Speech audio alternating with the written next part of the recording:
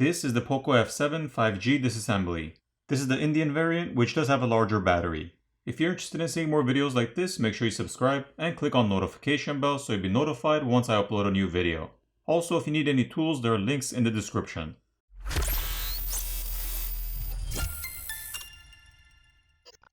Let's start off by removing the SIM tray.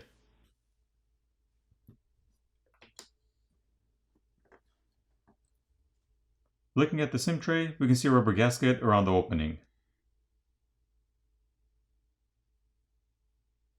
Now heat needs to be applied to the backplate using either a hairdryer or a heat gun to loosen up the adhesive underneath, and then a pry tool can be used to pry the backplate off. I prefer to use a hairdryer since there's less of a chance of damaging any of the components inside by overheating them.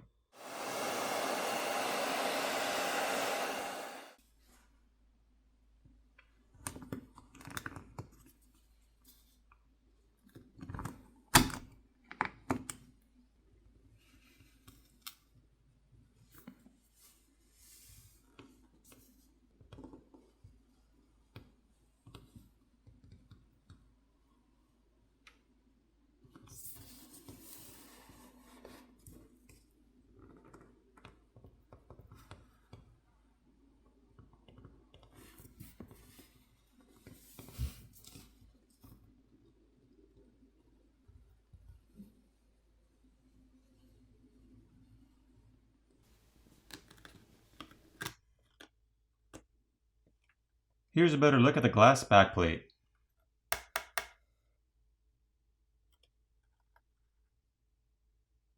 On this version, which is from India, you have the option of getting this model, which gives it the impression that it's transparent or see-through and you can see inside the phone, but the design is a transparent overlay, which is basically a sticker which is adhered to the back of the glass. If you need to replace the camera lens covers, those can be replaced by applying heat and prying them off, so you don't have to take apart the phone to replace those. However, if you're planning on replacing the camera bezel, you would have to remove the 2 Phillips screws on the back to release that. At this point, there are 16 Phillips screws which need to be removed.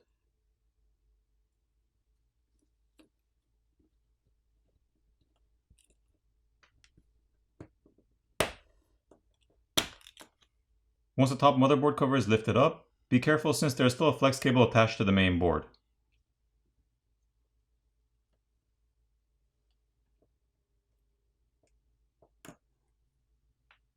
Looking at the top plastic cover, we see the NFC antenna, the rear light sensor, as well as the dual LED flash. There's another antenna flex cable on the corner, and graphite film to help transfer heat. There is additional graphite film on the back. The battery cables can now be disconnected, followed by the rest of the cables.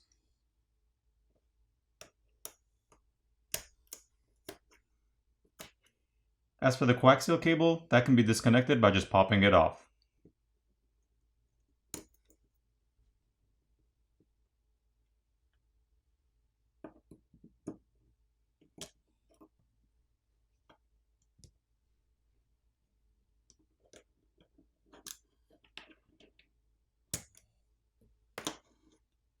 Alright, looking at the motherboard, we see the 50 megapixel primary camera, as well as the 8 megapixel ultra-wide lens. The main camera is the only one with OIS, or optical image stabilization. The camera connectors can be disconnected by just popping them off. There's a secondary microphone on the top corner, as well as some copper film on the shield to help transfer heat. Looking at the other side, we can see the 20 megapixel front-facing camera, as well as additional copper film on the shields, as well as thermal paste. Once the copper film has been peeled back, we see additional thermal paste on top of the RAM, which is seated over the processor, as well as a thermal pad over the ROM or onboard storage. Here's a better look with the thermal paste removed.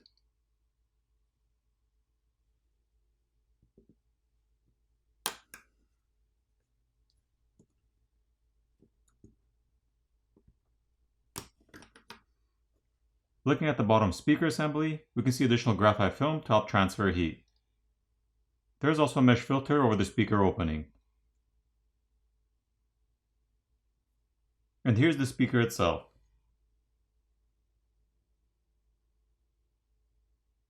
The screen flex cable connects to an extension cable which connects to the main board. So if you needed to replace the screen, you would have to remove the back plate, the bottom speaker assembly, at which point you'd have access to the screen cable. You'd then be able to disconnect the cable, heat up the front of the phone where the screen is to loosen up the adhesive underneath, pry the old screen off, apply new adhesive and reapply the new screen, making sure you run the flex cable back to the opening in the mid frame, and reassemble the phone. To remove the battery, there is an adhesive pull pouch provided to help you pry it off.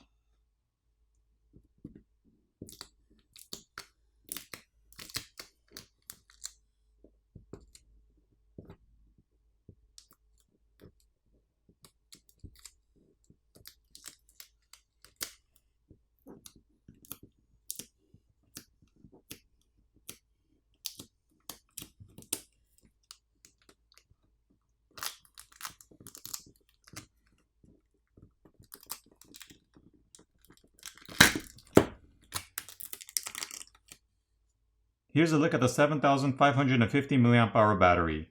This battery in the Indian variant is larger compared to the global version.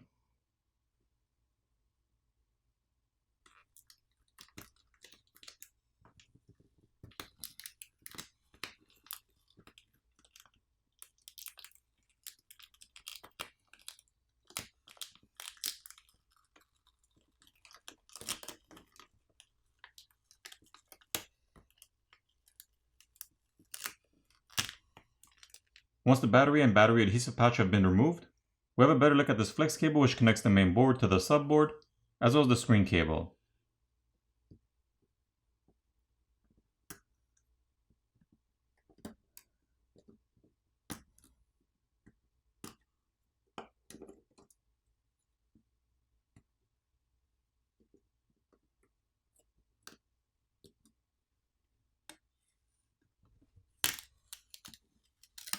Once that flex cable has been peeled back, we see a large vapor chamber which runs underneath the battery as well as the motherboard.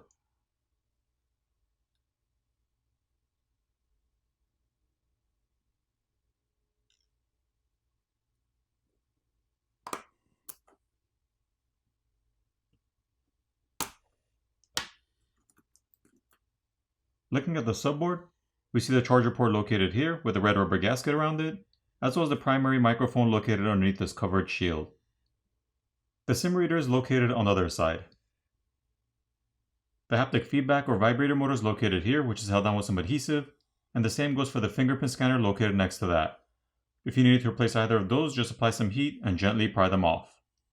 There's a rubber gasket and mesh filter for the speaker opening on the frame, as well as for the microphone openings. And on this phone, if you're worried about accidentally inserting the SIM ejector tool in the wrong hole, you don't need to worry, since both the filters and the microphones are seated above the holes, so they wouldn't get damaged.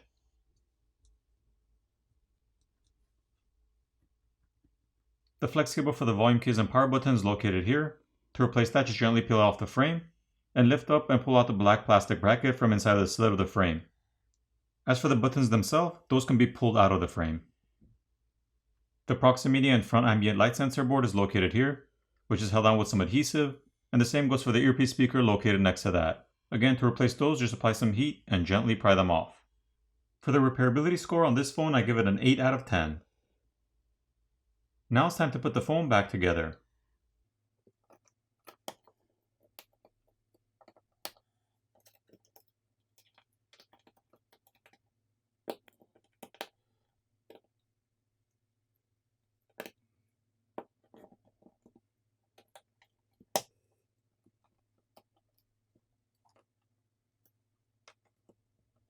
Once everything's back together, apply new adhesive and reapply the back cover. Flip over the phone, power it on, and you're done. I hope you enjoyed this video, and I'll see you in the next one.